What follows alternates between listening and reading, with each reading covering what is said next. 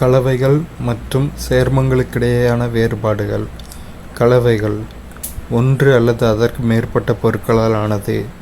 சேர்மங்கள் ஒரே ஒரு பொருளால் ஆனது. கலவைகள் அதிலுள்ள பகுதி பொருட்களின் பண்புகளை ஒத்துள்ளன. சேர்மத்தின் பண்பு அதிலுள்ள பகுதி பொருட்களின் பண்புகளிலிருந்து வேறுபடுகிறது. கலவையின் பகுதி பொருட்கள் எந்த ஒரு விகிதாச்சாரத்திலும் இருக்கலாம். சேர்மங்களின் பகுதி பொருட்கள் நிலையான விகிதத்திலேயே இருக்கும்.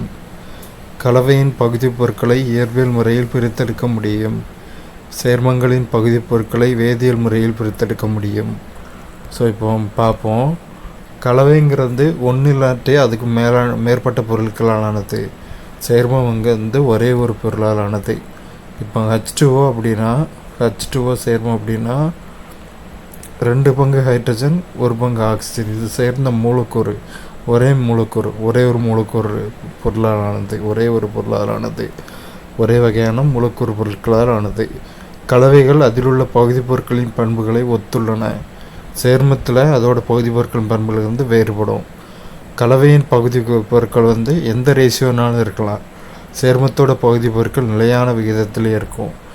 வாட்டர் H2O 2 பங்கு ஹைட்ரஜன் 1 பங்கு ஆக்சிஜன் தான் இருக்கும் 2:1 என்ற விகிதத்தில். கலவையோட பகுதி பொருட்களை இயற்பியல் முறையில் பிரித்தெடுக்க முடியும். செடிமெண்டேஷன், ஃபில்ட்ரேஷன் அந்த மாதிரி இயற்பியல் முறையில் பிரித்தெடுக்க முடியும். சேர்மத்தோட பகுதி பொருட்களை வேதியியல் முறையில் தான் பிரித்தெடுக்க முடியும். வேறு ஒரு கெமிக்கலை ஆட் பண்ணி தான் பிரித்தெடுக்க முடியும். இவ்வளோதான்.